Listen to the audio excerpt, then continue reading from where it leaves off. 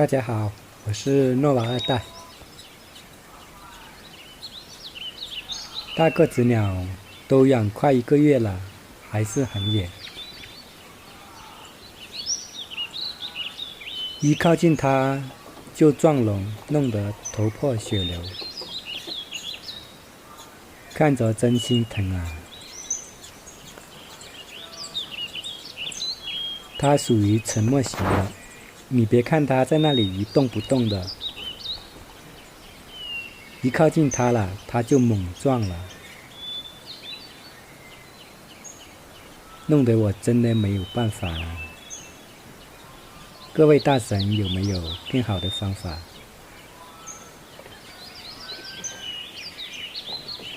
让它服笼更快呢？请留言，谢谢。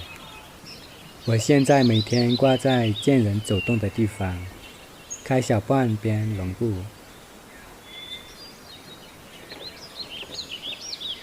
这样1个礼拜了，好像没见效。养了好多猎鸟，就这只棘手了。到我手里1个月，唯一改变的是它叫了。只有早上、中午3点左右，或是晚上7点左右叫几声，其他时间都没叫。叫的声音比一般鸟大声很多，这点倒让我兴奋。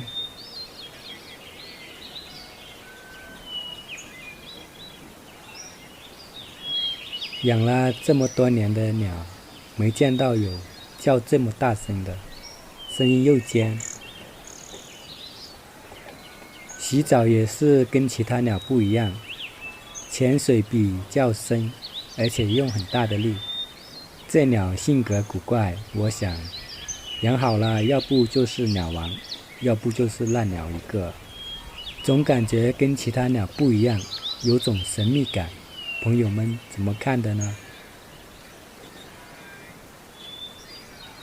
请关注留言，大家一起探讨。